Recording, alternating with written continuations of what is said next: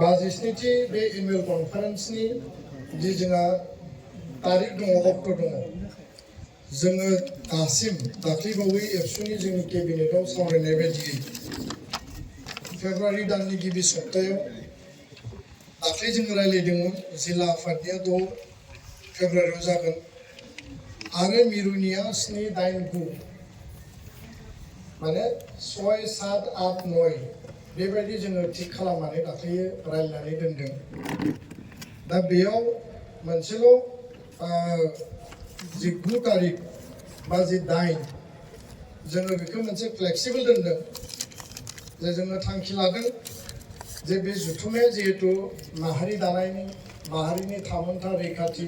माहारि जौगानाय मोनसे नङा मोननै नङा मोनथाम एकर्ड जाबाय आरो नैबे थार्ड जि एकर्ड जि गोजोन गोरोबथा बिनि दफाफोरनि गुबै माखासे क्लजफोरा दाबो आरोबाव मावबावनांगौ दङ।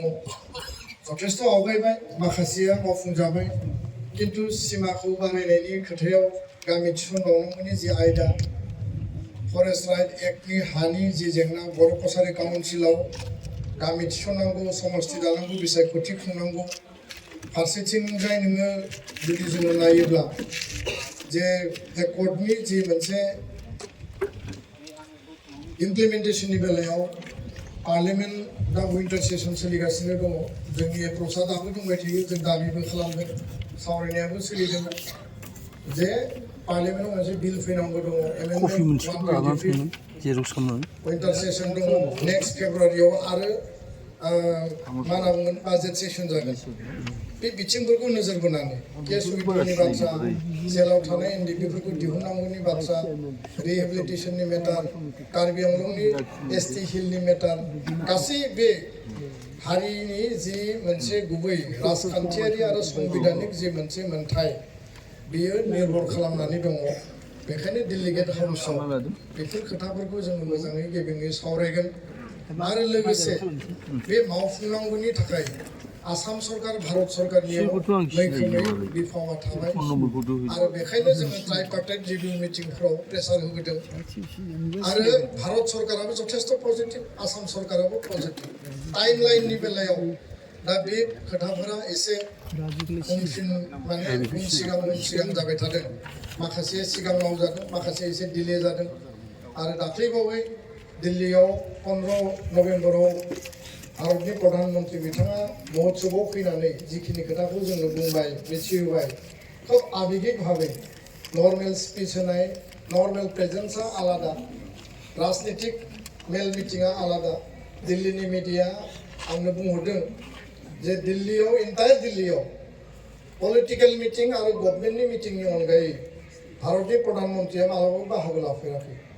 आरो बेबो बर' हारिनि महोत्सवआव गिबि महोत्सवआव बिथाङा बाहागो लादों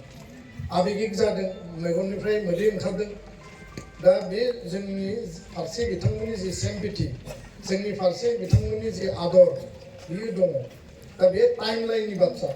दा बेखायनो बेफोरबायदि माने मोनसे सुइटेबल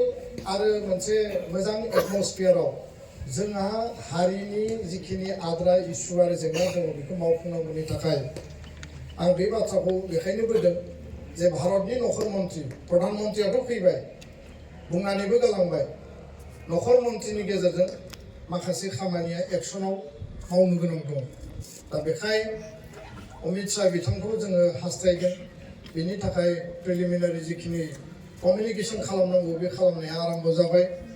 2 मास टाइम दं जोंनि आखायाव दा बिथांनि टाइम आरो जोंनि डेट बेयाव जुदि जेबो जेंना नुजायाब्ला बिथाङा 8 तारिखआव फैथों बा 9 तारिखआव फैथों 10 तारिखआवनो फैया मानो जोङो बेखौ थिक खालामनानै लादों आरो एसे गावनि बायदि सोलाय सोल' खालायोब्लाबो जोंनि अक्ट'खौ जोङो एडजास्टमेन्टनि गेजेरजोंब्लाबो थांनाय खेबसेयावबो जों नाजादोंमोन बिथांखौ लाबोनो किन्तु बिथाङा टाइमखौ सोलायनानै होनायनि थाखाय बे एसे उसुबिदा जानानै उनाव गोरोबाखिसै एबार खेबसेयाव एकर्डआ जिहेतु 5 बोसोर कमप्लिट जागोन एकर्डनि मेजर दफाफोरा माखासे आवगायबाय माखासे जिहेतु दङ दा बे अपेन सेसननि गाहाय आलासि चिफ गेस्टखौ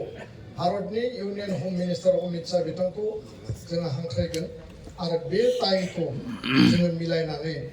जोंनि टाइमखौ जों थिग खालामनानै लाबाय बिथांनि सम आरो तारिखखौ जोङो मोनोब्लानो जोंहा बे तारिखआ स्रा जागोन जोंनि जिखिनि मेट्रिक आरो हायार सेकेन्डारि आनजाद बियो 13 आरो 15 तारिखनिफ्रायसो जागायगोन जायखौ जोंनियाव दाबो सम दङ आरो बेनि उनावसो मार्चनि माने 7 तारिख ना 10 तारिखसिम परिखायानो दङ दा बेखायनो जों मिजिंथिदों जे जोंनि समजों गाहायालासिनो समा मिलायगोन आरो बेयाव मैया माखासे जोंनि जायफोर जगाजगआव थायो बे खोथाखौबो थिग खालामदों जे बनरगावआव भारतनि हादोरगिरि डक्टर एपिजे आब्दुल कालाम बिथाङा फैदोंमोन फरायसा फरायसुलिफोरखौ एड्रेस खालामफैदोंमोन दतमायाव जोङो 20-50 हाजारसो स्टुडेन्टफोरखौ ज' खालामनानैब्लाबो नबेल बान्था मोनगिरि कैलाश सत्यार्थी बिथांखौ जोङो लाबोनो हायो नामा सोलोंथाइनि जे सावरायनाय बे टारगेटखौबो जोङो दा लादों दा बेखायनो गासैबो थिगैनो थायोब्ला जोंनि हास्थायनाय बायदियैनो दिन तारिखआ थिगानो थागोन आरो आलासिबो मोननो हागोन आं आनान गसाइनियावबो आर'ज गाबबाय दा